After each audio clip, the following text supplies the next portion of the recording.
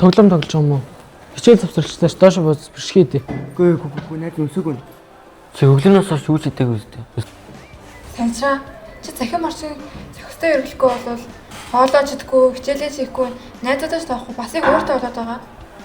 Найздаа танаар дандаа л нэг баруун талаар нь харах юм. Заримдаа сайн л гэж байдаг шүү дээ.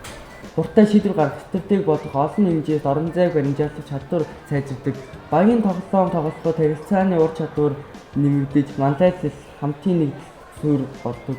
Компьютер болон гадаад хэлний суурь мэдлэг эзэмшдэг. Би тэгвэл сөрөг талуудыг хэлье. Дэлгэцийн хамаарал донтол харилцааны хүндрэлтэй болно. Нүд чих, нуруу, нойр, сэтгэл зүйн асуудалтай болно. Заллан, доромжлол, аккаунт алдах, тусгаарлагдах зэрэг олон сөрөг талтай шүү. Саншаа чи тоглоомын дан гэж мэдхүү. Ийш нэг тийм хийжсэн шүү. Чам дараах шинж тэмдгүүдээс 12 сарын туршид хэдэн илэрч байсныг бид хэлээрээ 9 шалгуураас 4-өөс дээш байвал чи тоглоомын дан туссан гэсэн үг шүү. Тоглоомын тухай байнга бодох, тоглохгүй үед цошромтгой болох, илүү их тоглох хүсэл, өөрөө хянах, бэрх, сонирхол буурах, зүүдлэх, төсөөлөх, тогсноо нуух, сөрөг сэтгэлээс гарахын тулд тоглох, сургууль, гэр бүл хохирох. Надад 3 л байгаа юм байна. Цааш түрүү анхаарч байна. Бас өөрөө хинж яа.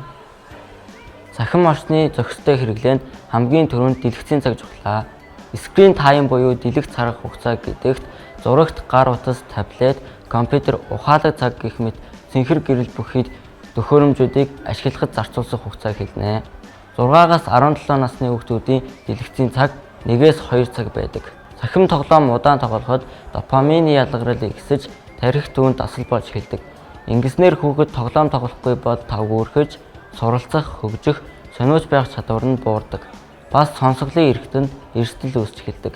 Таргалал, нойрны асуудал, хараа муудах, зан авир, сурлаг буурах, сэтгэлийн хямрал, донтолт гэж зөндөө олон сөрөг нөлөө гаргадаг шүү. Хүүхдүүдээ та бүхэнд цахим орчинд тоглоом тоглох зөвлөмжийг хүргэе. Өдөрт 2 цагаас илүү битгий тоглоорой. 30 минут ажиллаад нүдээ амраагаарай. Чихвчний дууг төхөөрөмжийн ерөнхий дууны 60%-аас доош байхаар тохируулаарай. Тоглоомын төрлөө зөв сонгож, бүтээлч, сургалтын зориулттай тоглоом цагаа түлхүүр зарцуулаарай. Өдөр бүр нарны гэрэлд дор хаяж 30 минут гараарай. YouTube, Netflix-ийн автоплей товчийг итгэхгүй болгоорой. Хувийн мэдээлэл, мөнгө, картын зураг хизээж бусдад битгий өгөөрэй. Орой 9 цагаас хойш ямар ч төрлийн дэлгэц харж болохгүй. Хоолны ширээний ард ухаалаг төхөөрөмж хэрэглэж болохгүй. Ариун цэврийн өрөөнд төхөөрөмж авч орохгүй байгаарай. 7 хоногт нэг удаа дэлгэцгүй өдөртөө болоорой.